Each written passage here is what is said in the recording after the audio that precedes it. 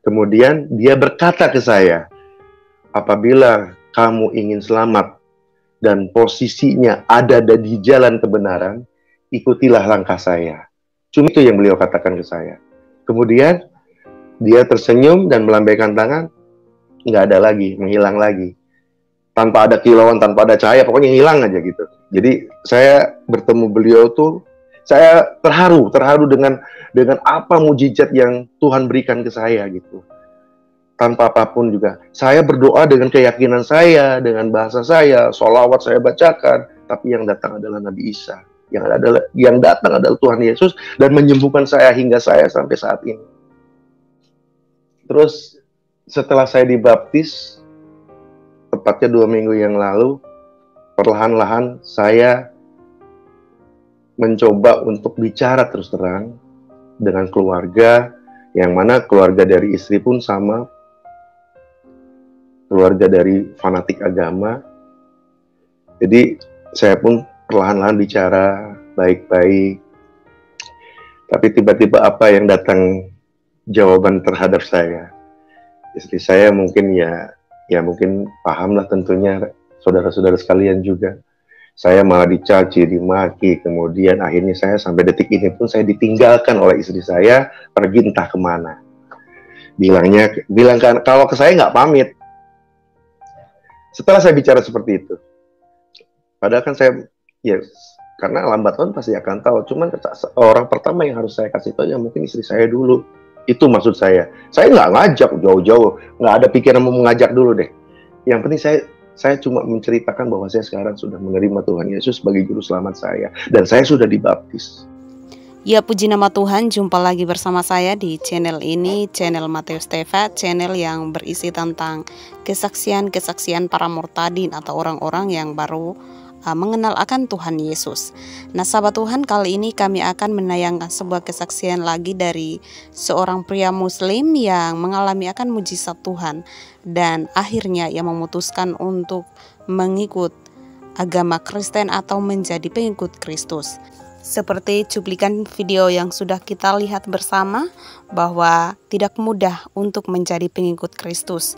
Ia bahkan ditinggalkan oleh sang istri tercintanya. Nah, sahabat Tuhan, penasaran dengan kesaksian selengkapnya dan kisah bagaimana istrinya meninggalkannya serta membawa anak-anaknya dan juga keluarganya yang kini telah menjauh daripadanya. Mari kita sama-sama tonton kesaksian berikut ini. Selamat malam saudara-saudara sekalian. Selamat malam juga buat semua pemirsa yang menonton di acara channel ini. Nama saya Dian Hergiana. Saya lahir dari keluarga Muslim Totok, yaitu saya berasal dari Cirebon.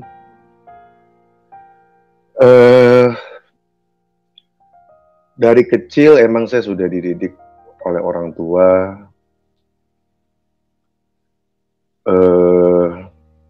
pendidikan agama dari mulai Quran, kitab, dan lain sebagainya. Karena lingkungan kami adalah lingkungan keluarga Muslim Totok yang boleh dikatakan menganut paham Ahlus Sunnah wal Jamaah. Jadi keluarga kami, keluarga Nahdiyin. Nahdiyin itu adalah salah satu sebutan keluarga dari Ahli Sunnah wal Jamaah, paham Ahli Sunnah wal Jamaah, karena di Muslim itu ada beberapa paham. Jadi lebih identik kalau di Indonesia Ahli Sunnah wal Jamaah itu berarti Nahdlatul Ulama.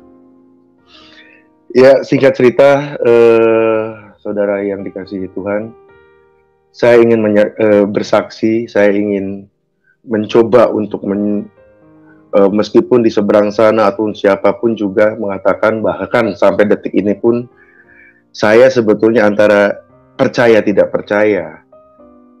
Awalnya pasti orang akan menyangka saya orang gila kali.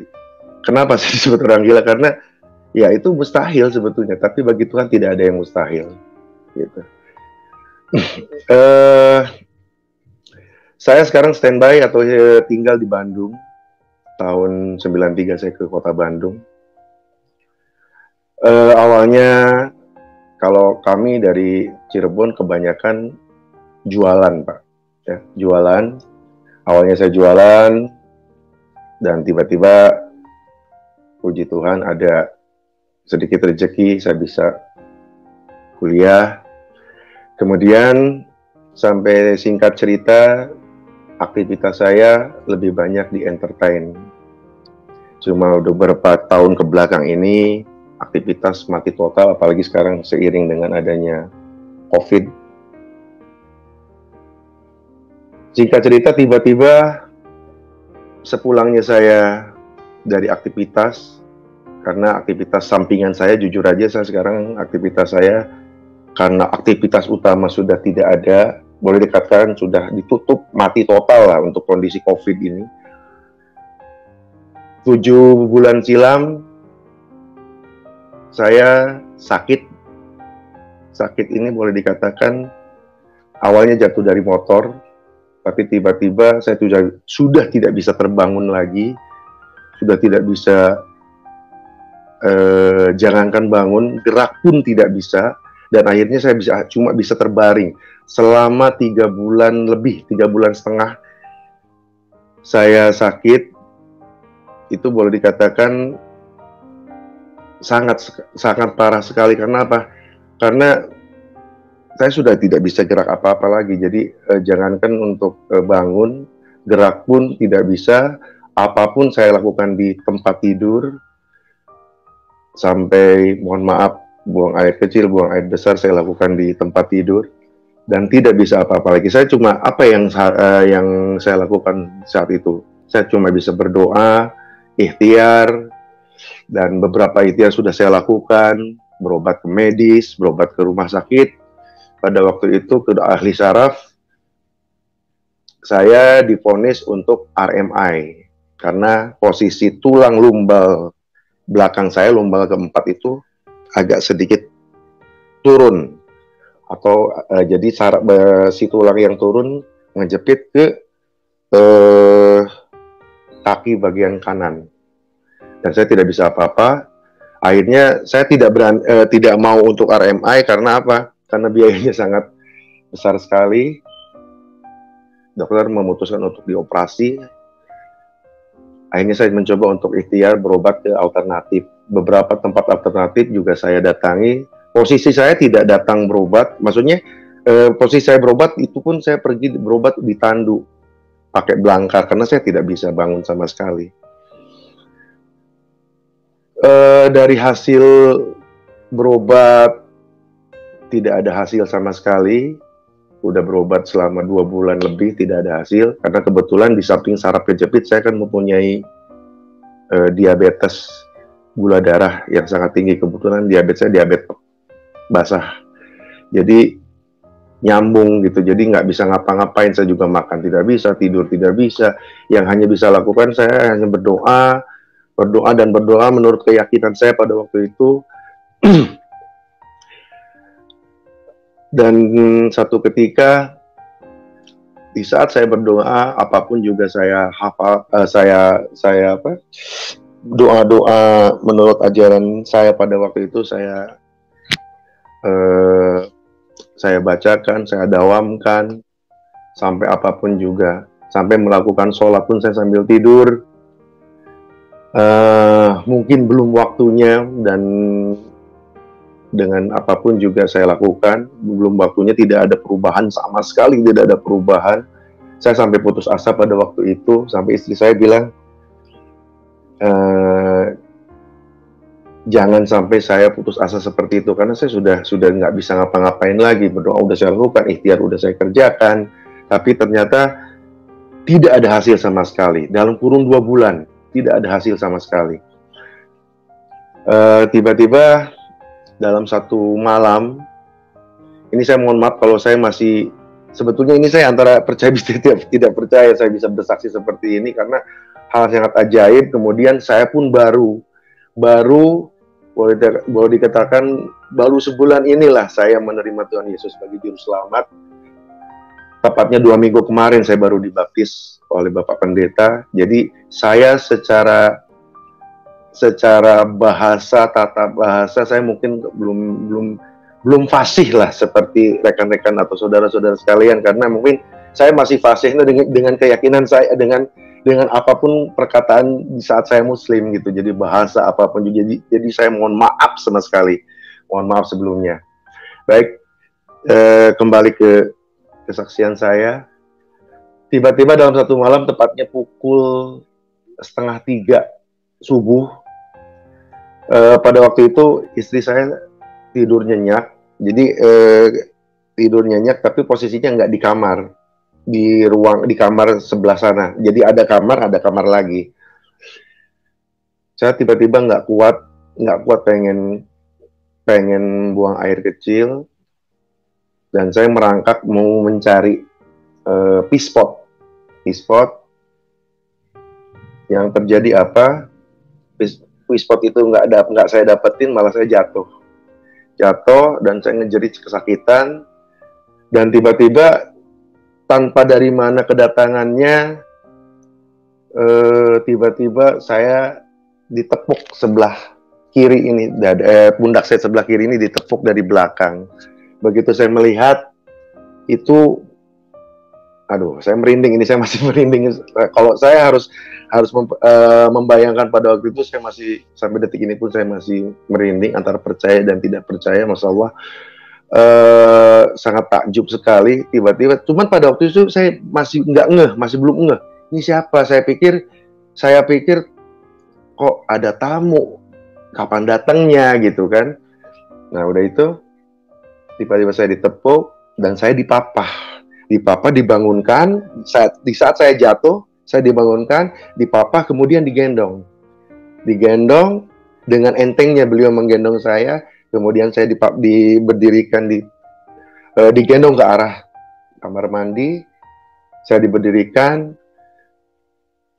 dan tiba-tiba, puji Tuhan, yang tadinya saya tidak bisa bangun sama sekali, begitu diberdirikan oleh beliau, saya berdiri. Dan saya melakukan buang air kecil dengan posisi berdiri pada waktu itu, dan sama sekali tidak sakit di saat itu. Setelah selesai, kemudian saya dipapah dan berjalan menuju ke kamar tidur. Pada posisi kamar tidur dengan kamar mandi agak lumayan jauh, soalnya melewati ruangan tengah. Posisi kamar mandi saya nggak ada di dalam kamar, jadi di luar gitu loh, melewati ruangan tamu baru kamar mandi. Saya dipapah dan tiba-tiba saya bisa berjalan. Itu yang saya takjub sama sekali. Saya masih belum ngeh siapa orang ini, karena saya juga masih samar lihat mukanya, karena begini kan, panjang kan, pakai baju putih, baju kayak gaun gitu loh, kayak jubah. Kemudian saya dipapah menuju kamar tidur, dan akhirnya saya ditidurkan lagi. Posisi ditidurkan lagi, disitulah baru saya kelihatan jelas siapa beliau. Subhanallah, kok ini Nabi Isa Al-Masih. Tapi saya masih nggak ngeh, masih kurang percaya dalam hati. Saya bertanya dalam bahasa Sunda pada waktu itu, "Saha anjeun? Siapa Anda?" Dia malah tersenyum dan cuma bisa melambaikan tangan ke saya. Dia tidak menjawab, cuma dia tersenyum dan melambaikan tangan ke saya. Begitu saya balikkan badan nih, mau tidur, posisinya tadinya duduk dulu mau tidur. Begitu saya balikkan badan gini mau tiduran, saya balik lagi ke arah orang tadi, udah nggak ada. Nah itu. Tapi dari situ saya berpikir, dan sampai subuh, sampai pagi pun saya nggak bisa tidur. Saya baru bisa tidur jam 8 pagi, dan jam 8 pagi sampai sore. Di posisi tidur itulah orang itu datang lagi dalam mimpi saya. Cuman yang kedua ini datangnya dalam mimpi pada waktu saat itu saya tidur. Dan beliau datang sambil berjabat tangan ke saya. Saya bertanya, "Anjen anu datang tadi, Andakah yang tadi datang?" Dia menganggukkan kepala. Kemudian dia berkata ke saya, aduh, saya masih merinding ini. Berkata ke saya, dia cuma ngomongnya kayak gini. Cuma dalam bahasa Sunda, kalau di Indonesia kan, apabila kamu ingin selamat dan posisinya ada di jalan kebenaran, ikutilah langkah saya. Cuma itu yang beliau katakan ke saya. Kemudian dia tersenyum dan melambaikan tangan, nggak ada lagi, menghilang lagi. Tanpa ada kilauan, tanpa ada cahaya, pokoknya hilang aja gitu. Dalam mimpi itu. Di situ baru saya terbangun mimpi, terjaga mimpi, dan saya nggak bisa tidur lagi. Saya mikir aja, mikir pada waktu itu. Posisi saya pada waktu dipapa sama beliau ke kamar mandi, sampai balik lagi ke kamar tidur, merasa tidak sakit. Tapi di saat beliau sudah tidak ada, posisi saya sakit lagi. Sakit seperti semula lagi pada waktu itu. Nggak bisa bangun sama sekali. Dan singkat cerita, 3 hari setelah itu, saya rencananya mau berobat kontrol.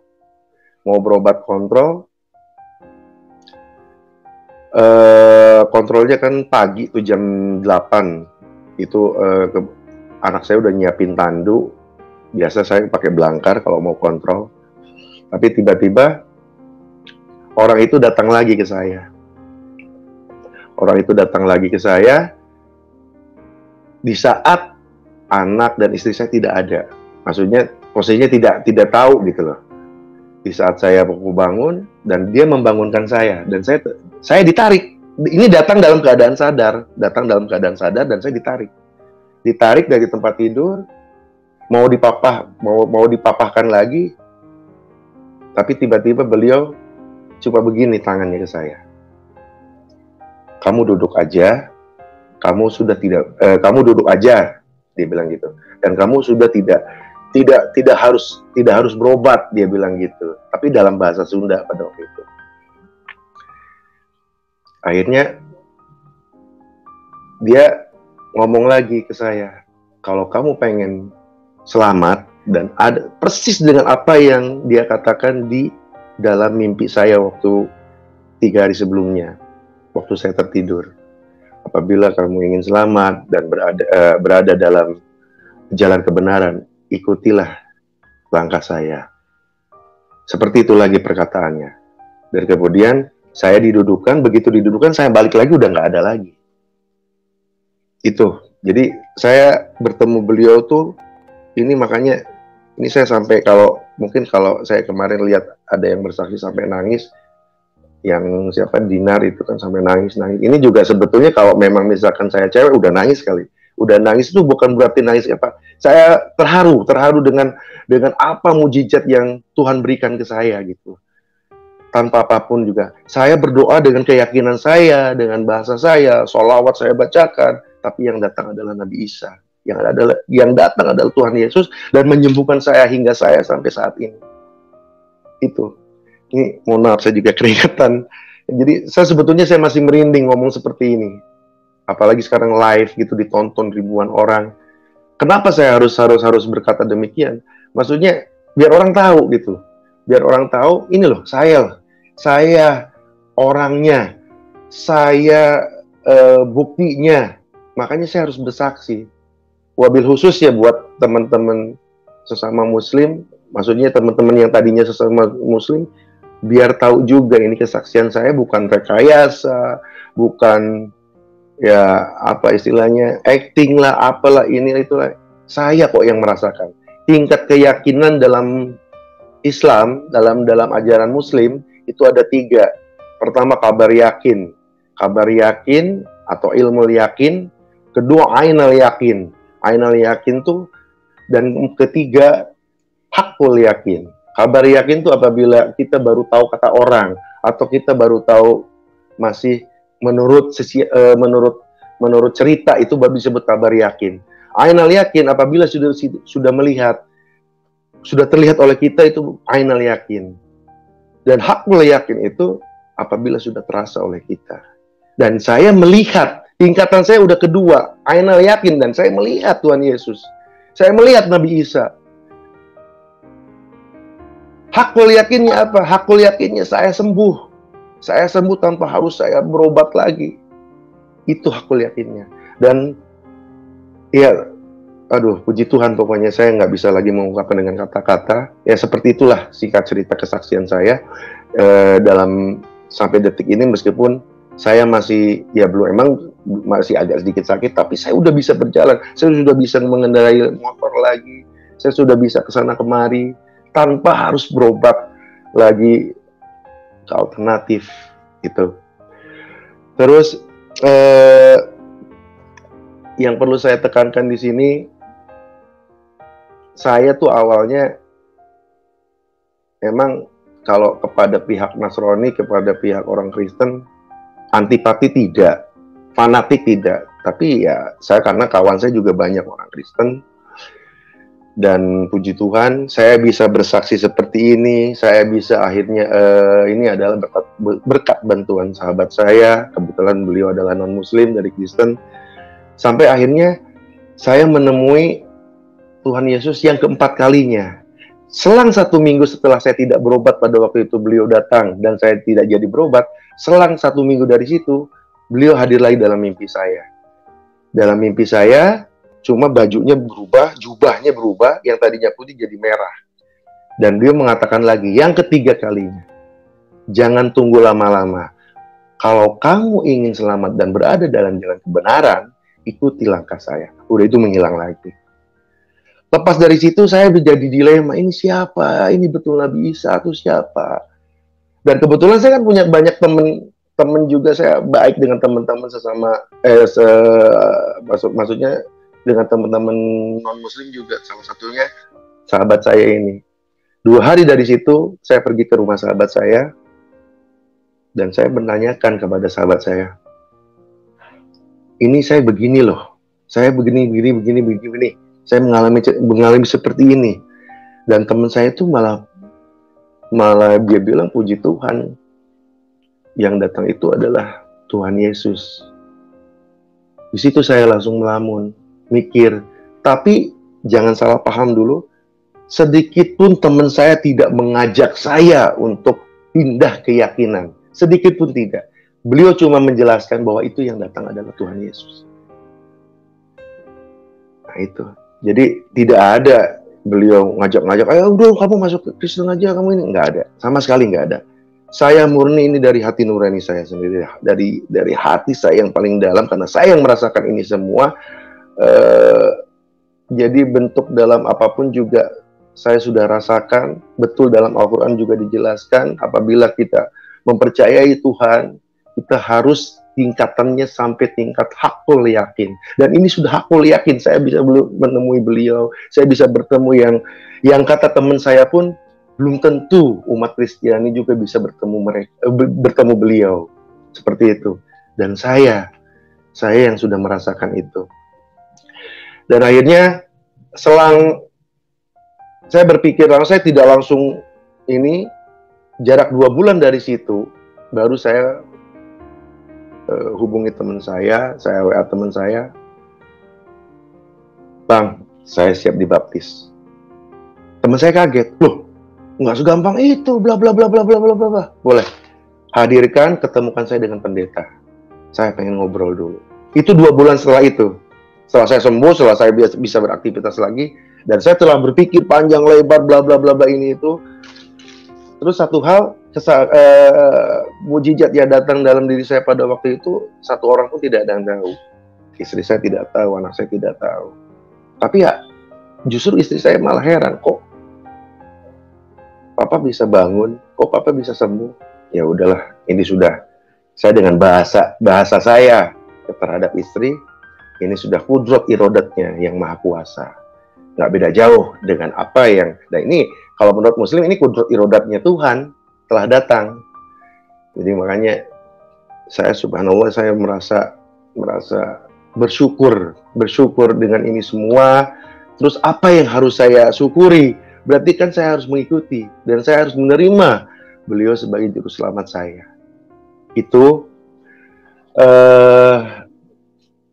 terus setelah saya dibaptis, tepatnya 2 minggu yang lalu, perlahan-lahan saya mencoba untuk bicara terus terang dengan keluarga, yang mana keluarga dari istri pun sama. keluarga dari fanatik agama. Jadi saya pun perlahan-lahan bicara baik-baik, tapi tiba-tiba apa yang datang jawaban terhadap saya. Istri saya mungkin ya mungkin paham lah tentunya, saudara-saudara sekalian juga. Saya malah dicaci, dimaki, kemudian akhirnya saya sampai detik ini pun saya ditinggalkan oleh istri saya, pergi entah kemana. Bilang kan kalau ke saya nggak pamit. Setelah saya bicara seperti itu, padahal kan saya ya karena lambat laun pasti akan tahu. Cuman orang pertama yang harus saya kasih tahu ya mungkin istri saya dulu. Itu maksud saya. Saya nggak ngajak jauh-jauh, nggak ada pikiran mau mengajak dulu deh. Yang penting saya cuma menceritakan bahwa saya sekarang sudah menerima Tuhan Yesus sebagai juru selamat saya dan saya sudah dibaptis. Malah ya bilangnya ya saya gila lah, inilah itulah, nggak salah nih, bla bla bla ini. Tahu-taunya besoknya udah pergi. Tapi ke anak saya ada komunikasi sampai detik ini katanya kerja, cari lagi kerja lah itu. Padahal nggak kerja, istri saya nggak kerja, ibu rumah tangga biasa. Itu terus kemudian sebelumnya pun teman saya ataupun bapak pendeta yang telah membaptis saya juga menjelaskan, meyakinkan apa benar dan lain sebagainya. Karena gini loh, nanti seperti ini loh, terutama kita akan menerima pikul salib bla bla bla bla bla bla. Saya sudah siap apapun arah lintangan yang datang ataupun apapun juga yang datang dalam diri terhadap saya sudah siap karena saya sudah punya Tuhan Yesus. Itu. Dan ternyata betul. 2 hari setelah dibaptis, bla bla bla bla bla, dan cobaan sampai sekarang pun ini itu dan lain sebagainya. Makanya saya tanggung, udahlah kita live aja sekalian biar orang tahu gitu lah. Nanti kan lama-kelamaan orang tahu. Orang tahu, kemudian ya saya tinggal bicara aja, ini hak saya karena saya yang sudah merasakan. Kalaupun memang ada pertanyaan-pertanyaan dan lain sebagainya dari teman, dari kerabat, dari keluarga istri. Mungkin kalau keluarga saya sih sudah, karena keluarga saya kedua orang tua saya udah tidak ada, mungkin nggak terlalu banyak ini ya. Yang saya ini khawatirkan justru keluarga dari istri. Jadi ibarat bayi saya ini masih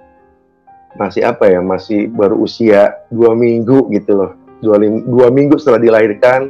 Jadi saya masih belum bisa bicara panjang lebar, bicara aksen-aksennya tentang orang-orang Kristen. Jadi saya juga mohon maaf sebelumnya. Justru saya juga perlu bimbingan, perlu semuanya rekan-rekan juga. Makanya selama ini saya selalu komunikasi dengan teman saya, karena cuma beliau lah teman yang terdekat dengan saya.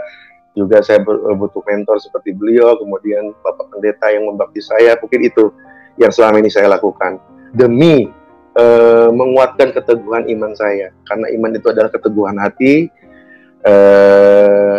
Sebetulnya kalau saya memahami tentang ajaran-ajaran Nasrani ataupun Kristen secara hakikiah tidak beda jauh dengan di Muslim.